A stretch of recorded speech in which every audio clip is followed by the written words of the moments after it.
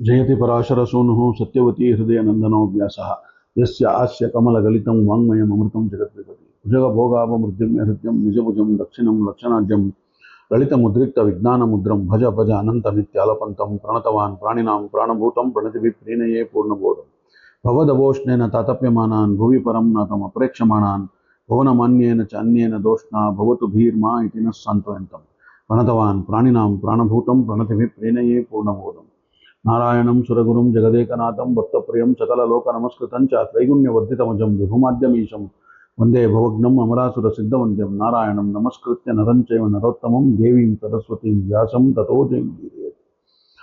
ಇಲ್ಲಿ ಭೀಮಸೇನ ಚಿಂತನದಲ್ಲಿ ಸಂಜಯ ಭೀಮಸೇನನ ವರ್ಣನೆಯನ್ನ ವಿಸ್ತಾರವಾಗಿ ಧೃತರಾಷ್ಟ್ರನ ಮುಂದೆ ಅಲ್ಲೇನು ನಡೀತು ಅಂತ ಹೇಳಿದ್ದಾದ ಮೇಲೆ ಭೀಮಸೇನ ಹೇಗೆ ಯುದ್ಧ ಮಾಡ್ತಾನೆ ಅಥವಾ ಅವನ ಶಕ್ತಿ ಪ್ರದರ್ಶನ ಅಥವಾ ಅವನದು ಬಾಹುಬಲ ಇದ್ರ ಬಗ್ಗೆ ಎಲ್ಲ ಏನು ಅಂತ ಧೃತರಾಷ್ಟ್ರನಿಗೆ ವಿಸ್ತಾರವಾಗಿ ಹೇಳ್ತಾನೆ ಸಂಜಯ. ಅವನು ಬರೀ ಬಾಹುಬಲ ಸಾಕು ನಿನ್ನ ಸೇನೆಯನ್ನು ಧೂಳಿಪಟ ಮಾಡಕ್ಕೆ ಅಂತೆಲ್ಲ ಹೇಳ್ತಾನೆ.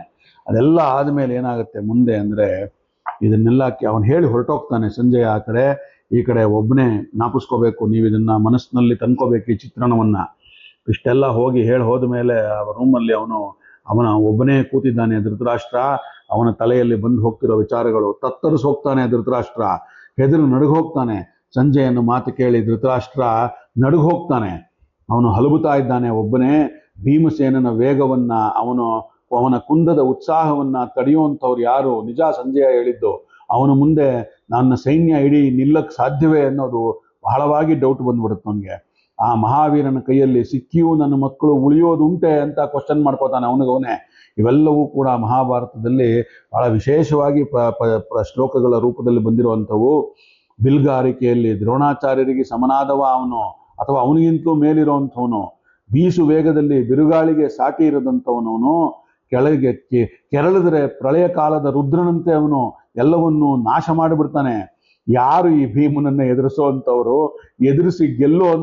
ಎದುರಿಸಕ್ಕೆ ಸಾಧ್ಯ ಇಲ್ಲ. ಇನ್ನು ಎದುರಿಸಿ ಗೆಲ್ಲೋದು ಅಂದ್ರೆ ಅರ್ಥ ಏನು ಅಂತ ಹೇಳಿ ಕೋಹನ್ಯಾದ್ ಭೀಮಮಾಹವೇ ಅಂತ ಹೇಳ್ತಾನೆ. ಅಂದ್ರೆ ಗಾತ್ರದಲ್ಲಿ ಅರ್ಜುನನಿಗಿಂತಲೂ ಒಂದು ಗೇಣು ಎತ್ತರದವನು, ವೇಗದಲ್ಲಿ ಕುದುರೆಗಳನ್ನು ಮೀರಿಸುವಂಥವನು, ಬಲದಲ್ಲಿ 100 ಆನೆಗಳನ್ನು ಸೇರಿಸಿದ್ರು ಅವನ ಸಮಕ್ಕೆ ಬಲ ಬರಲ್ಲ. ಗದೆ ಹಿಡಿದು ನಾಟ್ಯವಾಡ್ತಾ ಪ್ರಳಯ ಕಾಲದಲ್ಲಿ ಸೃಷ್ಟಿಸಬಲ್ಲಂಥವನು ಅವನು. ಪ್ರಳಯ ಕಾಲವನ್ನ ನಿಂತರೆ ಅವನು ಪ್ರಳಯ ಕಾಲದ ರುದ್ರನಂತೆ ಕಾಣ್ತಾನೆ. ನನ್ನ ಸೈನ್ಯಕ್ಕೆ ಯಾರು ಗೆದೆಯಬೇಕು ಇಂಥ ಭೀಮಸೇನನನ್ನ ಅಂತ ಧೃತರಾಷ್ಟ್ರ ಹಲಬುತ್ತಾ ಒಬ್ಬನೇ ಯೋಚನೆ ಮಾಡ್ತಾ ಕೂತ್ಕೋತಾನೆ. ಅಸಹಾಯಕತೆಯಿಂದ ಕಂಗಾಲಾದ ಧೃತರಾಷ್ಟ್ರನ ಗೋಳಿಗೆ ಕೊನೆಯೇ ಇಲ್ಲ ಅಂತ ಹೇಳ್ಬೋದು ಬೇಕಾದ್ರೆ. ಭೀಮಸೇನನ ಎದುರು ತನ್ನ ಮಕ್ಕಳು ಬದುಕೋದಿಲ್ಲ ಅಂತ ಗ್ಯಾರಂಟಿ ಆಗ್ಬಿಡುತ್ತೆ ಅವನಿಗೆ. ಮಕ್ಕಳ ಅಳಿಗಾಲ ಸನ್ನಿಹಿತವಾಗಿದೆ. ಭೀಮಸೇನನಿಗೆ ಗದೆ ಬೇಡ, ಬಿಲ್ಲು ಬೇಡ, ರಥ ಬೇಡ, ಕವಚ ಬೇಡ.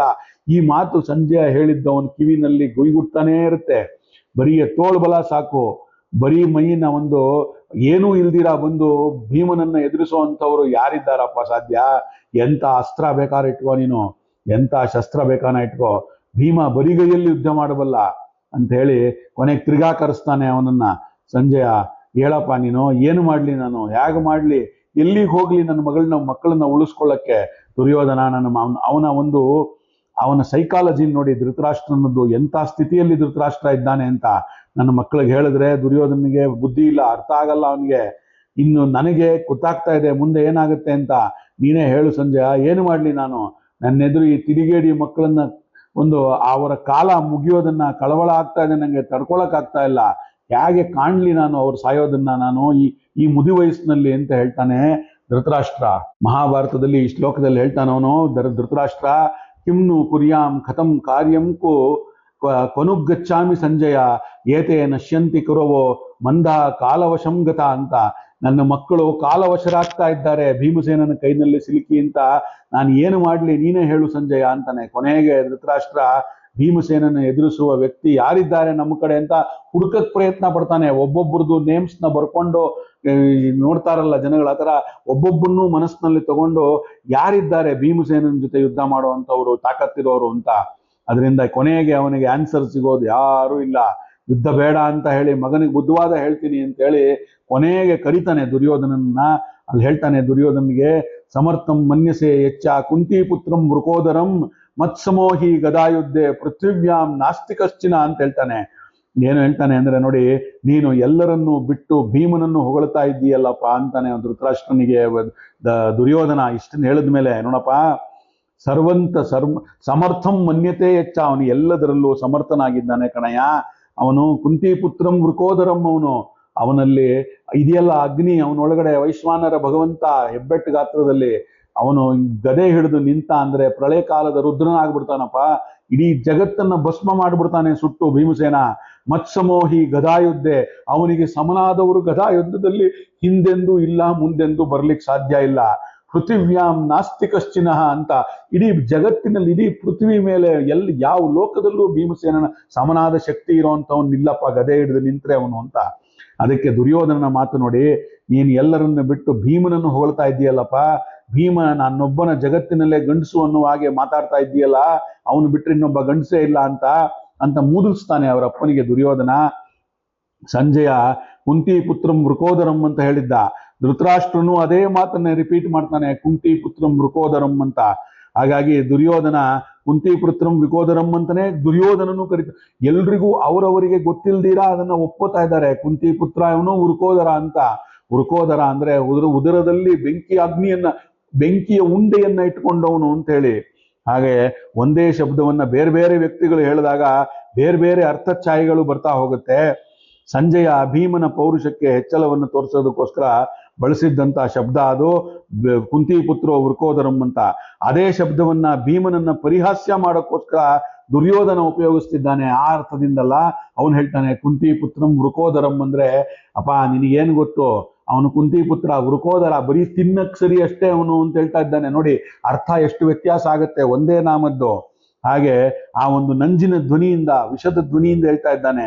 ವೃಕೋದರ ಅಂದ್ರೆ ಜಗತ್ತನ್ನು ಸುಡಬಲ್ಲ ವೃಕನಾಮಕ ಅಗ್ನಿಯನ್ನ ಉದರದಲ್ಲಿ ಹೊತ್ತವನು ಅಂತ ಸಂಜಯ ಅರ್ಥೈಸಿದ್ರೆ, ತೋಳದ ಹಾಗೆ ತಿಮ್ಮಂಡಿಯವನು ಅಂತ ಹೇಳಿ ದುರ್ಯೋಧನ ಅರ್ಥೈಸ್ತಾ ಇದ್ದಾನೆ.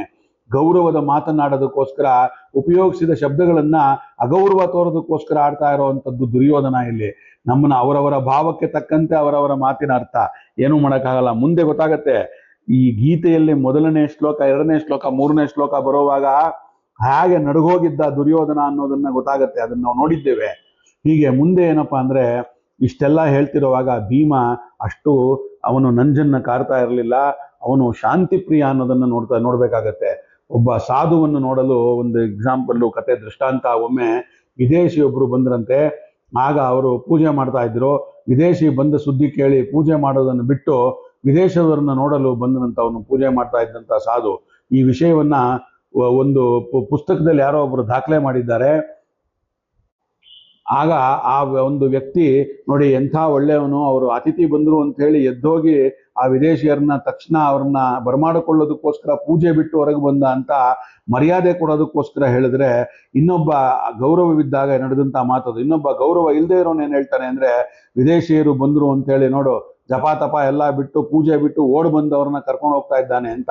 ಅಂದ್ರೆ ವಿಚಾರ ಒಂದೇ, ಅವರವರ ಒಂದು ಅರ್ಥಕ್ಕೆ ಬಿಟ್ಟಂತ ಭಾವ ಅದು. ಅದೇ ತರದಲ್ಲಿ ಇಲ್ಲಿ ಧೃತರಾಷ್ಟ್ರ ಒಂದು ಅರ್ಥದಲ್ಲಿ ಹೇಳಿದ್ರೆ, ಸಂಜಯ ಒಂದು ಅರ್ಥದಲ್ಲಿ ಹೇಳಿದ್ರೆ, ದುರ್ಯೋಧನನೇ ಒಂದು ಅರ್ಥದಲ್ಲಿ ಹೇಳ್ತಿದ್ದಾನೆ ಕುಂತಿ ಪುತ್ರೋ ವೃಕೋದರ ಅಂತ. ನೆಕ್ಸ್ಟು, ನನಗೆ ಭೀಮನ ಸಾಮರ್ಥ್ಯದ ಬಗ್ಗೆ ಗೊತ್ತಿದೆಯಪ್ಪ, ನನ್ನ ಸಾಮರ್ಥ್ಯದ ಬಗ್ಗೆಯೂ ನಿನಗೆ ಗೊತ್ತಿಲ್ಲ ಅಷ್ಟೇನೇ, ಅಥವಾ ಭೀಮನಿಗೂ ಗೊತ್ತಿಲ್ಲ ನನ್ನ ಸಾಮರ್ಥ್ಯದ ಬಗ್ಗೆ. ನೋಡಿ ಇಲ್ಲಿ ಅವನು ಹೇಳ್ತಾ ಇರೋವಂಥ ಮಾತುಗಳನ್ನು ಕೇಳಿಸ್ಕೊಂಡು ಇದನ್ನ ಗೀತೆಯಲ್ಲಿ ಬಂದಾಗ 3-4ನೇ ಶ್ಲೋಕದಲ್ಲಿ ಭೀಮಸೇನಂಗೆ ನೋಡಿ ಹೇಗೆ ಹೆದರಿದ್ದ ಅನ್ನೋದನ್ನ ಅದನ್ನ ಜ್ಞಾಪಿಸ್ಕೊಳ್ಳಿ, ಗೊತ್ತಾಗತ್ತೆ. ದುರ್ಯೋಧನ ಹೇಳ್ತಾನೆ, ನನಗೆ ಭೀಮ ಸಾಮರ್ಥ್ಯದ ಬಗ್ಗೆ ಗೊತ್ತಿದೆ. I know what is Bhima, but Bhima doesn't know what am I. ನನ್ನ ಸಾಮರ್ಥ್ಯ ಭೀಮಸೇನಿಗೆ ಗೊತ್ತಿಲ್ಲ. ನಿನಗೆ ಮಗ ಅಂದ್ರೆ ಸಸಾರ ಆಗ್ಬಿಟ್ಟಿದ್ಯಪ್ಪ, ನನ್ ಕಂಡ್ರೆ ನಿಂಗೆ ಆಗಲ್ಲ. ಊರಿನ ಮಕ್ಕಳಂದ್ರೆ ಗೌರವ ನಿನಗೆ, ಅವ್ರಿವ್ರನ್ನ ನೋಡೇ ನೀನು ಹೊಗಳ್ತಾ ಇರೋ, ನನ್ನನ್ನು ಬಿಟ್ಬಿಡು ನೀನು. ನನ್ನ ಸಾಮರ್ಥ್ಯದ ಬಗ್ಗೆ ಸ್ವಲ್ಪನಾದ್ರೂ ತಿಳ್ಕೊ ಅಂತ ದುರ್ಯೋಧನ ಅವನ ತಂದೆ ಧೃತರಾಷ್ಟ್ರನಿಗೆ ಹೇಳ್ತಾ ಇರೋದು. ಹಾಗೆ ಮುಂದುವರಿಸುತ್ತಾ ದುರ್ಯೋಧನ ಹೇಳ್ತಾನೆ, ಮತ್ಸಮೋಹಿ ಗದಾಯುದ್ಧೆ ಪೃಥಿವ್ಯಾಂ ನಾಸ್ತಿಕಶ್ಚಿನ ಅಂತ ಹೇಳ್ತಾನೆ. ನೋಡಿ ಎಂಥ ಮಾತನ್ನ ಹೆಂಗೆ ಪ್ಲೇಟ್ ತಿರುವು ಹಾಕ್ತಾನೆ ನೋಡಿ. ಹಿಂದೆ ಹೇಳಿದ್ದ ಮಾತನ್ನ ನಾನು ಮುಂದೆ ಹೇಳ್ತೀನಿ ಅದನ್ನ ಏನೇನು ಹೇಳ್ದ ಅಂತ. ಅವನು ಹೇಳ್ತಾನೆ, ಮತ್ಸಮೋಹಿ ಗದಾಯುದ್ಧೆ ಪೃಥಿವ್ಯಾಂ ನಾಸ್ತಿಕಶ್ಚಿನ ಅಂತಾನೆ. ನೋಡಿ ಯಾವಾಗ ಅವರವರಿಗೆ ಹೇಗೆ ಬೇಕೋ ಹಾಗಾಗಿ ಮಾತನ್ನ ತಿರ್ಚ್ಕೋಬಹುದು ಅನ್ನೋದು ಸಾಕ್ಷಿ ಇದು. ನನಗೆ ಸರಿಸಾಟಿ ಆದವ ಗದಾಯುದ್ಧ ಪ್ರವೀಣ ಇಡೀ ಜಗತ್ತಿನಲ್ಲೇ ಯಾರು ಇಲ್ಲ, ತಿಳ್ಕೊಳಪ್ಪ. ಭೀಮಸೇನ ಗದಾಯುದ್ಧ ಕಲ್ತಿದ್ದು ಬಲರಾಮನ ಬಳಿ. ನಾನು ವಿಷಯ ತಿಳ್ಕೊ, ದುರ್ಯೋಧನನು ಗದಾಯುದ್ಧ ಕಲ್ತಿದ್ದು ಬಲರಾಮನ ಬಳಿಯೇ. ಹಾಗೆ ಅವನು ಹೇಳ್ಕೊಂಡು ಹೋಗಿ ಅವನು ಕಲ್ತಂತ ಗದಾಯುದ್ಧ ನನಗೂ ಪೂರ್ತಿಯಾಗಿ ಬರುತ್ತೆ. ನೀನು ಅವನಿಗೆ ಪ್ರೀತಿ ಪಾತ್ರ ಅಂತ ಏನೇನೋ ಮಾತಾಡ್ಬೇಡ. ಬಲರಾಮನ ವಿಶೇಷ ಪ್ರೀತಿಗೆ ನಾನು ಪಾತ್ರನಾದವನು. ಹಾಗಾಗಿ ಭೀಮಸೇನನಿಗೆ ಹೇಳಿಕೊಡದಂತ ಎಷ್ಟೋ ಪಟ್ಟುಗಳನ್ನ ಬಲರಾಮ ನನಗೆ ಹೇಳ್ಕೊಟ್ಟಿದ್ದಾನೆ. ಇದೆಲ್ಲ ಹೇಳ್ತಾನಲ್ಲ ಗದಾಯುದ್ಧದಲ್ಲಿ ನನ್ನ ಮುಂದೆ ಭೀಮಸೇನ ಏನು ಅಂತ. ಇದೇನೆ ಕೀಚಕನ ವಧೆ ಆದಾಗ ದುರ್ಯೋಧನ ಹೇಳೋ ಮಾತು ನಾನು ಹೇಳಿದ್ದೆ, ಅದನ್ನ ಜ್ಞಾಪಿಸ್ಕೋಬೇಕು. ಭೀಮಶ್ಚ ಬಲಭದ್ರಶ್ಚ ಮದ್ರರಾಜಶ್ಚ ವೀರ್ಯವಾನ್ ಚತುರ್ಥ ಕೀತಕಸ್ತೇಷಾಂ ಪಂಚಮಂ ನಾನು ಶುಶ್ರುತ ಅಂತ ಹೇಳಿದ್ದ ದುರ್ಯೋಧನ. ಅಂದ್ರೇನು, ಈ ಜಗತ್ತಿನಲ್ಲಿ ಗದಾಯುದ್ಧ ಪ್ರವೀಣರು ಅಂದ್ರೆ 4 ಜನ ಅಂತ. ಅವನನ್ನು ಎಣಿಸ್ಕೊಂಡೇ ಇರಲಿಲ್ಲ. ಆ 4ರಲ್ಲಿ ಮೊದಲನೇವನು ಭೀಮ, 2ನೇವನು ಬಲರಾಮ, 3ನೇವನು ಮತ್ಸರಾಜ, 4ನೇವನು ಕೀಚಕ. ಈ 4 ಬಿಟ್ರೆ ಜಗತ್ತಿನಲ್ಲಿ ಗದಾಯುಧ ಪಟ್ಟುಗಳೇ ಇಲ್ಲ ಅಂತ ಹೇಳಿದವನು ಈಗ ಅವನು ಹೇಳ್ತಾ ಇದ್ದಾನೆ, ಮತ್ಸಮೋಹಿ ಗದಾಯುದ್ಧೆ ಪೃಥಿವ್ಯಾಂ ನಾಸ್ತಿ ಕಶ್ಚಿನ. ನನ್ನ ಮುಂದೆ ಗದಾಯುದ್ಧದಲ್ಲಿ ನಿಲ್ಲಕ್ಕೆ ಯಾರಿದ್ದಾರೆ ಅಂತ ಹೇಳ್ತಾನೆ. ನೋಡಿ ಹೇಗೆ ಅಹಂಕಾರ ತಲೆಗೆ ಏರಿದಾಗ ಮಾತುಗಳು, ಥಾಟ್ಸು ಹೇಗೆ ಬದಲಾಗತ್ತೆ ಅಂತ ಹೇಳಿ. ಹೀಗಿರುವಾಗ ಮುಂದೆ ಭೀಮಸೇನನ ಬಗ್ಗೆ ದುರ್ಯೋಧನ ಏನೇನು ಹೇಳ್ತಾನೆ, ಅವನಲ್ಲಿ ಹೇಗೆ ಅವನು ಹೊಗಳ್ಕೊಂಡು ಭೀಮಸೇನನನ್ನ ತತ್ಸಾರ ಮಾಡ್ತಾನೆ ಅನ್ನೋದನ್ನ ನೋಡೋದನ್ನ ನಾಳೆ ದಿನ ಸಿಕ್ಕಾಗ ನೋಡೋಣ ಅಂತ ಹೇಳ್ತಾ, ಇವತ್ತಿನ ಈ ಒಂದು ಭೀಮಸೇನ ಚಿಂತನವನ್ನ ನನ್ನ ಗುರುಗಳಾದ ಬನ್ನಂಜೆ ಅವರಿಗೆ ಹಾಗೂ ಅವರ ಅಂತರ್ಯಾಮಿಯಾದ ಶ್ರೀಮದ್ ಆಚಾರ್ಯರು ಹಾಗೂ ಕೃಷ್ಣ ಪರಮಾತ್ಮನ ಪಾದಗಳಿಗೆ ಅರ್ಪಣೆಯನ್ನು ಮಾಡೋಣ. ಶ್ರೀಕೃಷ್ಣಾರ್ಪಣಮಸ್ತು. ಸರ್ವೇ ಸಜ್ಜನ ಸುಖಿನೋ ಭವಂತು.